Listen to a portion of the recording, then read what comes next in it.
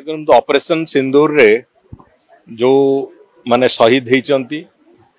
जो मानकर बलिदान होती से मानकर अमर आत्मा को सम्मान जनईकी भारतीय जनता युव मोर्चा भुवनेश्वर शाखा तरफ एवं धंदामूलक शिक्षक कल्याण संघ तरफ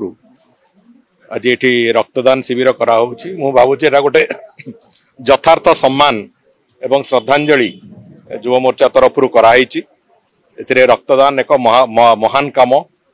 एभली एक पुण्यर कथा करिकी से अमर आत्मा को श्रद्धांजलि दबा एवं देश सहित आम ठिया होइछु सॉलिडारिटी देखैबा निश्चित भाव में युवक मानक पई एक